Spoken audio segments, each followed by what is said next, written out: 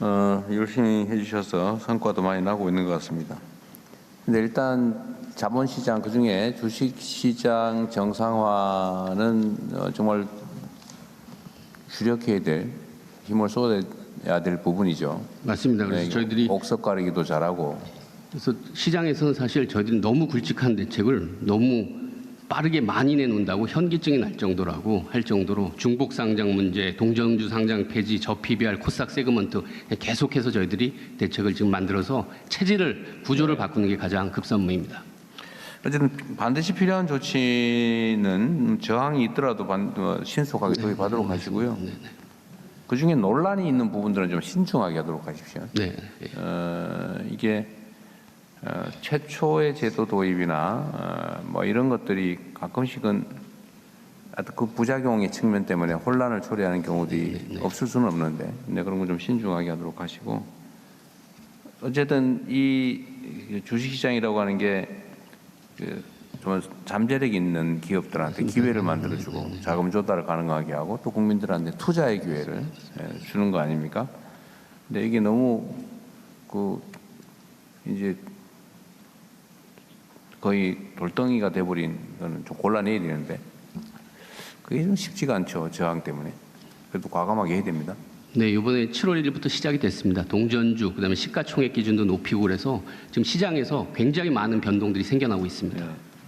어쨌든 거기에 뭐 우량 기업들은 어차피 뭐 코스피 시장이겠지만 코스닥 시장은 어쨌든 성장할 가능성이 있는 새로운 기업들한테 기회를 주는 거지 않습니까? 맞습니다. 네. 그게 없어져야 말씀하시는 그 공간이 생겨서 혁신적인 기업이 들어갈 수가 있는 거거든요. 네. 저는 그거는 좀 잘 챙겨주시고요. 또 한 가지는 이게 금융이 아까 사람 살리는 금융 그 표현 정말 잘해주셨는데 사람을 죽이는 금융이 되는 경우가 많잖아요. 저는 금융에 대해서 우리 국민들께서도 약간 오해가 있는데 이상하게 우리나라는 빚을 탕감해 주는 거에 대해서 가혹하리만큼 좀 엄격해요, 그죠? 이것도 일종의 선동에 영향을 받은 측면도 있는데 도덕적 해이라고 하는 게 필요한 좋은 말이긴 한데 연체 채무자들의 연체 채무를 정리하는 거를 가지고 그럼 누가 성실히 빚을 갚겠냐라고 지적을 하는 경우가 매우 많아서 연체 채무 탕감에 대해서 매우 소극적인 게 사실이거든요. 그런데 아주 단순하게 생각을 하면 예를 들면 5년, 10년 된 장기 연체 채무를 정리를 하는 것은 사실 서구 사회는 아주 기본적인 거잖아요. 그게 꼭 장기가 아니더라도 내가 빚을 졌는데 갚을 능력이 없다. 그러면 사실은 파산하고 면책하고 다시 재출발해 주는 게 사회적으로도 도움이 되고 당사자한테도 도움이 되고 채권자도 사실 그게 정리해버리는 게 좋기 때문에 다른 나라에서는 소위 선진국들에서는 이게 아주 일상적으로 편하게 빠르게 이루어지고 있는데 우리나라는 그건 너무 어려워요. 그래서 결국은 뭐 5년, 10년, 15년 되고 저 원금 빌린 게 1,000만 원인데 막 늘어나가지고 5천만 원 돼서 평생 빚쟁이 돼가지고 그러다가 결국은 애들 끌어안고 극단적 결정을 해버리고 막 이러지 않습니까? 근데 이게 사회적으로 보면 이 도덕적 해이도 아니고 누가 돈 몇천만 원 때문에 신용불량 돼가지고 취직도 못하고 예금 계좌도 개설 못하고 그러고 살겠어요. 집도 못 얻고 맨날 압류당하고 그러면서 내가 내 7년 버텨가지고 내 원리금 탕감 받아야지 이렇게 마음먹고 능력이 있는데 막 신용불량 돼가지고 취직도 못하고 계좌 개설도 못하면서 7년 버티는 그런 사람이 어디 있어요. 그게 더 손해인데 이 현실을 인정을 하고 사실 갚을 수 없는 사람 빨리 탕감을 해줘 버려야 그 사람이 정상 경제 활동을 하고 그래야 사회 전체적으로 경제가 정상적으로 잘 돌아가잖아요. 이게 사회적으로 필요한 일이란 말이에요.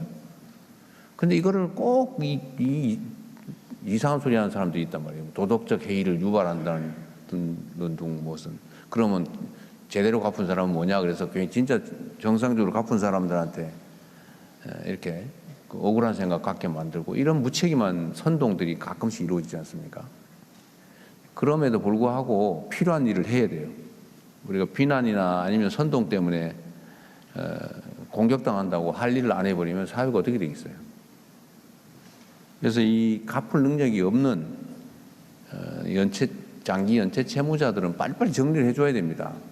그리고 금융기관들은 원래 빌려줄 때 일정 수가 빚을 못 갚을 거를 각오하고 그 비용을 다 책정을 해가지고 다 이자로 다 받고 있잖아요. 심하게는 대손상각이라고 합니까? 네. 그런 거 다 해놓잖아요, 미리. 그래서 손해가 또 아닌 거죠, 이게 정리하는 게. 그래서 저는 오히려 금융기관들이 장기 연체 채무자들을 갖다가 가혹하게 관리하는 게 이게 도덕적 해이라고 보이죠. 그거 다 미리 다 받은 거고, 그 가혹하게 과도하게 받으면 부당이득 아닙니까? 그 부당이득을 노리는 거죠. 그래서 이 갚을 수 없는 빚 때문에 사람이 죽거나 아니면 사회로부터 격리돼서 경제활동을 못하고 결국 사회 공동체 전체가 손해를 보는 그런 일이 없어야 돼요. 위원장께서 과감하게 해야 됩니다. 네네. 이런저런 얘기가 네. 있더라도 필요하면 제도도 만드시고요. 그것도 설득도 하고. 맞습니다. 네, 그럼 네. 말씀 주신 대로 사실 가장 대표적인 사례가 그때 상록수 네. 유동화 회사. 근데 그걸 금융회사 대표들, 주주로 있는 대표들한테 물어보면 자기들이 그게 있는지조차도 자기들은 몰랐다는 겁니다. 근데 거기 수십만 명이 고통받고 있었잖아요. 네, 근데 그걸 주요 관리하는 회사는 거기에 이해관계가 있지만 그 정도로 이게 말씀하신 도덕적 해이랑 연결되는 문제가 아니라 관심과 그 관리의 문제여갖고요. 이 자체를 내재적으로 그 시스템 내에서 할 수 있도록 저희들이 여러 가지 그 내재화할 수 있는 그런 시스템 쪽으로 아예 바꿔가고 있습니다. 그거 찾아서 보도한 언론사한테 고맙다 그랬어요? 네, 식사 같이 한번 했습니다. 네. 그 이후로 식사만 해가지고 되겠어요. 근데 그 이후로 다른 신문사들도 계속 그런 추적해갖고요. 네. 계속 많이 생기는데 말씀하신 대로 그게 저희들한테는 보고입니다. 그런 거 주시면 저희들이 계속해서 해결해 나가겠습니다. 보상 확실하게 하세요. 네, 알겠습니다. 네.